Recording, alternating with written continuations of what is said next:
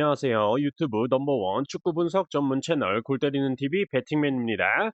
자, 주중에 있었던 축구 토토 승무패 8회차 제가 공유드린 최종 픽은 4등에 적중을 하면서 많은 멤버십 가족 등급 분들께서 4등 이상의 등수에 적중을 하셨고 감사의 말씀을 전해주고 계신데 저 역시 가족 등급 분들께 감사하다는 말씀을 드리고 싶습니다. 그리고 8회차 좋은 성적을 내서 그런지 굉장히 좋은 소식이 들려왔죠. 바로 클린스만 감독님께서 드디어 모가지가 잘렸습니다. 근데 클린스만 감독님이 개인 SNS에 이렇게 글을 썼더라고요. 부임 후 12개월 동안 13경기 연속 무패를 기록하며 아시안컵 4강에 올랐습니다. 굉장히 놀라운 여정이었고 앞으로 파이팅하라고 글을 올렸더라고요. 끝까지 자기는 잘했다라는 뉘앙스의 글 아주 보기 역겨웠고 저도 정말 대한민국 축구를 사랑하는 국민으로서 클린스만 감독님과 함께해서 이 정도로 아무 생각이 없을 수 있나 굉장히 놀라운 여정이었고 앞으로 정몽규 회장님이 주는 위약금으로 잘 먹고 잘 살고 대한민국 땅은 다시는 밟지 말라라고 부탁을 드리고 싶습니다. 꼭 위약금은 정몽규 회장님 사비로 줬으면 좋겠다라는 간절한 마음을 담았고 참 이게 지금 클린스만 감독은 이제 끝났지만 정몽규 회장이나 축구협회가 뭔가 좀 바뀌어야 진짜 대한민국 축구가 좀 발전을 할 수 있을 거라고 생각이 드는데 클린스만 감독 꼬리 자르기로 끝날 것 같아서 그게 조금은 아쉬운 상황입니다. 자, 어쨌든 본론으로 돌아와서 축구 토토 승무패 9회차 제가 선택한 최종 픽 최대한 간단간단하게 핵심만 살려서 쭉 말씀을 드려보도록 하겠고 멤버십 가족 등급분들은 유튜브 커뮤니티에 골대법 정리본 올려져 있으니까 최종 픽 선택하실 때 참고하시고 저희 골 때리는 TV 채널 멤버십 가족 등급에 가입을 하시면 제가 선택한 최종 픽 14경기 모두 확인하실 수가 있고 영상 중간에 광고 없이 보실 수가 있으니까 한 달에 4,990원 굉장히 저렴한 금액으로 편하게 시청하시는 걸 추천드린다는 말씀 전해드리고 가족 등급 외에 조상님 등급은 뭐냐 물어보시는 분들이 계시던데 가족 등급 분들이랑 혜택은 아예 똑같은데 예를 들어서 이번 8회차처럼 등수에 적중을 했을 때 뭐 뽀찌를 주신다고 하시는 분들이나 매회차 분석한 내용 공유하느라 고생한다고 후원하고 싶다는 분들이 계셔서 성의를 계속 무시하는 것도 동방예의지국에 맞지 않는다. 이번 이강인 선수 논란에 있어서도 확실히 우리나라가 예의에 대해 굉장히 민감하죠. 그래서 성의를 계속 무시하는 것도 예의가 아니라고 생각을 해서 만든 등급이다라는 점 참고해 주시면 될 것 같습니다. 자, 그러면 영상 시작 전에 좋아요 한 번씩 눌러주시고 아직 구독 안 누르고 보시는 분들 구독 꼭 눌러주시고 좋아요 함께 눌러주시면 감사하겠습니다. 누르셨으면 시작해 보도록 하겠습니다. 자, 1번 경기 AT 마드리드 대 라스팔마.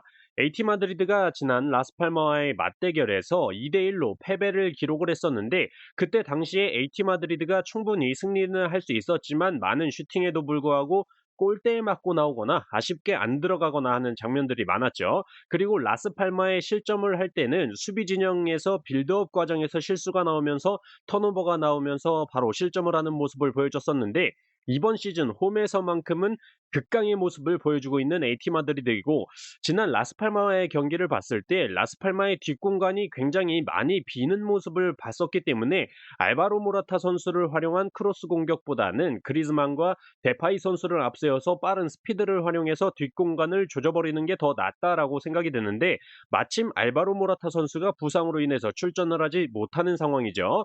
저는 그래서 사실상 라스팔마가 원정에서 AT 마드리드를 상대로 승리할 거라는 이변은 아예 생각을 안 하고 있고 잘해봐야 무승부라고 보는데 AT 마드리드가 워낙 홈 깡패, 홈 성적으로만 따지면 11승 1무로 라리가 1위를 기록 중이기 때문에 저는 이변 없이 AT 마드리드의 단통 승으로 선택을 해보도록 하겠습니다.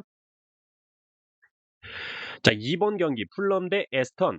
자, 사실상 최근 경기력을 생각해 본다면 에스턴 사이드가 맞지 않나 생각이 드는데 제가 축구 토토 승무패 7회차 때 어떤 말씀을 드렸었냐면 풀럼의 최전방 공격수 라울 히메네즈 선수가 부상으로 출전을 하지 못하기 때문에 그 자리를 대체할 선수가 무니즈 선수인데 번니와의 경기에서 한 골 득점했다고 해서 그 선수를 믿기에는 아직 좀 더 경기를 봐야 된다라고 말씀을 드렸었는데 이어지는 본머스와의 경기에서는 멀티골을 기록을 하면서 득점 감각에 물이 올라 있다라고 보이고 있습니다. 또한 풀럼의 경우가 이번 시즌 홈에서 원정보다 득점은 2배가 올라가고 실점은 반으로 줄어드는 홈발을 확실히 가지고 있기 때문에 우측 측면 수비 자원인 에즈리 콘사가 빠진 에스턴을 상대로 풀럼의 좌측 측면 공격 자원인 윌리안 선수가 컨디션이 빨딱 서주기만 한다면 충분히 풀럼도 홈에서 좋은 결과를 낼 수 있지 않을까 생각이 되고 있습니다.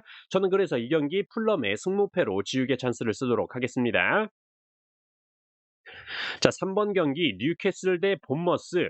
자, 일단 지난 맞대결 당시에 본머스가 홈에서 뉴캐슬을 상대로 2대 0 승리를 기록했었는데 본머스의 첫 번째 득점, 수비 맞고 굴절되는 볼이 수비 뒷공간으로 흐르는 운 좋은 상황이 나오면서 솔랑케 선수가 선제 득점에 성공을 했었고 두 번째 골 역시 코너킥 세트피스 상황에서 골문 앞에서 우당탕탕 하다가 솔랑케 선수가 집어넣은 득점이었기 때문에 본머스의 득점에 확실히 운이 좀 따라줬었다라고 보고 있습니다. 물론 본머스가 그만큼 효과적인 공격들을 보여줬었는데 저는 그때 당시 뉴캐슬의 라인업 중에 뉴캐슬의 중원의 핵심이라고 볼 수 있는 기마랑이스 선수가 출전을 하지 못했었다라는 점과 뉴캐슬의 에이스 측면 공격 자원인 미구엘 알미론 선수가 전반 초반 부상으로 교체 아웃이 됐었다라는 점 그리고 별다른 활약을 보여주지 못했었던 왼쪽 측면 공격 자원으로 나왔던 조엘링턴 선수는 부상으로 출전을 하지 못하기 때문에 아마 하비반스 선수가 출전을 하게 될 텐데 하비반스, 앤서니 고든, 미구엘 알미론 그리고 그 밑을 받쳐주는 기마랑이스 선수가 있다면 지난번 본머스 원정에서 2대 0으로 개털리는 참사가 다시 반복되지는 않을 것으로 보고 있습니다.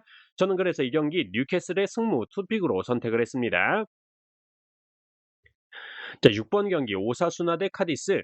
자, 우선 카디스의 경우가 현재 7경기 연속 필드골이 없는 상황입니다. 발렌시아와의 경기에서 한 골을 넣긴 했었지만 페널티킥 골이었다라는 점과 그 득점을 했다고 치더라도 4경기 연속으로 지금 득점을 하지 못하고 있는 상황이기 때문에 이 경기에서 카디스가 뭔가 이변을 낼 거라고는 생각이 들지가 않습니다. 그리고 양팀 모두 뻥축구를 구사하고 있는데 그나마 뻥축구에서는 카디스보단 오사수나가 낫다라고 생각이 들고 오사수나의 경우는 지난 소시에다와의 경기에서 드디어 공격수 부디미르 선수의 190cm 키에서 나오는 대갈박 득점이 터지기 시작했기 때문에 이 경기는 오사수나의 승무 투픽 중에서 고민을 하다가 오사수나의 단통 승으로만 선택을 했습니다.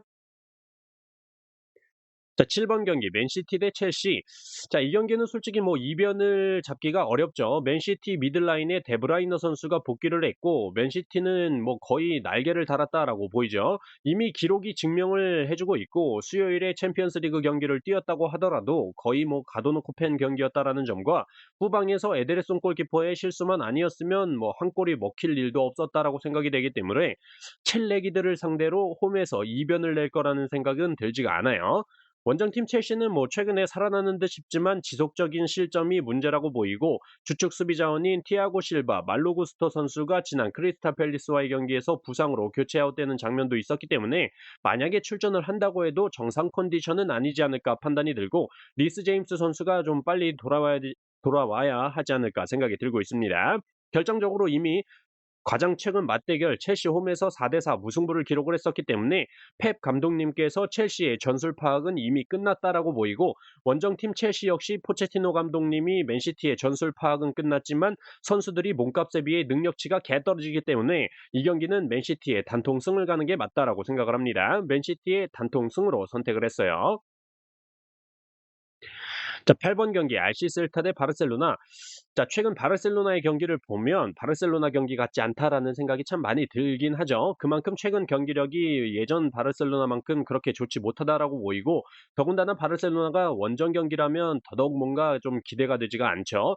다만 그래도 바르셀로나가 레반도프스키 선수가 2경기 연속 득점에 성공을 하고 있고 라민 야말 선수가 좋은 모습을 보여주고 있기 때문에 확실히 마무리적인 측면에서는 그래도 RC 셀타보다 우위에 있다라고 보여집니다. 다만 제가 자주 말씀을 드리는 게 축구 토토 승무패에서 국내 배당이 승무패 중에서 2개가 동일한 국내 배당이 주어지면 동일한 배당 중에서 결과가 나올 확률이 크다라고 말씀을 드리는데 이번 회차에서 딱 8번 경기 RC 셀타 대 바르셀로나, 12번 경기 루턴 타운 대 맨유 경기가 동일한 배당으로 나왔죠. 그렇기 때문에 무승부 이변은 무조건 가져가야 되는 경기들이라 생각이 들어서 RC 셀타의 무패 투픽에서 고민을 하다가 바르셀로나가 원정에서 정배당을 받았을 때 6승 5무로 패배가 없었다라는 점, 그리고 RC 셀타는 이번 시즌 홈에서 역배당을 받았을 때 3전 전패를 기록했었다라는 점, 그리고 바르셀로나가 이번 시즌 2연속 무승부를 기록한 적이 없는데 지난 그라나다와의 경기에서 무승부를 기록했었기 때문에 무승부를 제외하고 RC 셀타의 단통 패로만 선택을 했습니다. 자, 10번 경기 셰필드 대 브라이턴. 자, 우선 셰필드는 지난 루턴타운 원정에서 예상외로 3득점이나 기록을 하면서 1대3 승리를 기록했었는데 경기 기록적인 면을 살펴보면 이렇게 대승할 만한 경기는 아니었다라고 보이죠. 루턴타운이 찬스는 많았지만 득점으로 연결을 하지 못했었기 때문에 그런 결과가 나왔다라고 보이고 24경기에서 60실점으로 압도적인 리그 1위의 실점 능력을 보여주고 있는 셰필드가 브라이턴을 상대로 이변을 낼 수 있을 거란 생각은 들지가 않습니다. 슈팅 숫자 면에서도 셰필드는 리그 꼴찌를 기록 중이지만 브라이턴은 리그 6위의 기록으로 상위권에 위치하는 슈팅 숫자 기록을 보여주고 있고 사실상 웬만한 기록적인 면을 살펴보면 셰필드가 브라이턴을 상대로 높은 수치를 보여주고 있는 기록이 없다라고 생각을 하시면 됩니다. 또한 최근 부진하다라고 느꼈던 브라이턴의 측면 에이스 자원인 미토마 카오르 선수가 지난 토트넘과의 경기에서 좋은 컨디션을 보여줬다라고 생각이 들어서 브라이턴의 주 공격 루트인 측면 공격이 살아나지 않을까 싶습니다. 저는 그래서 이 경기 이변 없이 셰필드의 단통패로 선택을 했어요. 자, 12번 경기 루턴타운 대 맨유. 자, 우선 양 팀의 스타일상 굉장히 상성이 다르다라고 볼 수가 있습니다. 루턴타운의 경우는 크로스 횟수가 프리미어리그 1위를 기록하고 있을 정도로 공격수 아데바요 선수의 대갈박을 활용한 공격을 자주 보여주고 있고 중원에서는 바클리 선수가 최근에 굉장히 좋은 활약을 보여주고 있기 때문에 맨유가 무난하게 승리를 할 수 있을 것 같지는 않습니다. 그리고 모든 기록들을 다 떠나서 최근에 맨유가 굉장히 잘 나가고 있고 이번 시즌 최다 연승인 3연승을 기록 중인데 과연 언제까지 잘 나갈 수 있을까라는 의문이 굉장히 드는 시점이죠. 물론 최근에 마이누 선수가 중원에서 넓은 지역을 커버해주면서 좋은 활약을 보여주고 있고 호일룬 선수 역시 리그 4경기 연속 득점에 성공을 하고 있기 때문에 투표율에서 알 수 있듯이 80% 가까이 맨유의 승리에 투표율이 몰렸는데 이럴 때 비용신짓을 한번 해주면서 저희 같은 토쟁이들을 계열받게 하는 맨유만의 특유의 루틴이 있다라고 생각이 들어서 이 경기는 루턴타운의 무와 패 투픽으로 선택을 해보도록 하겠습니다. 자, 이렇게 축구토토 승무패 9회차 제가 선택한 최종픽 모두 말씀을 드려봤습니다. 잘 참고하셔서 골 때리는 TV 가족분들 좋은 결과 있으셨으면 좋겠습니다. 이상입니다.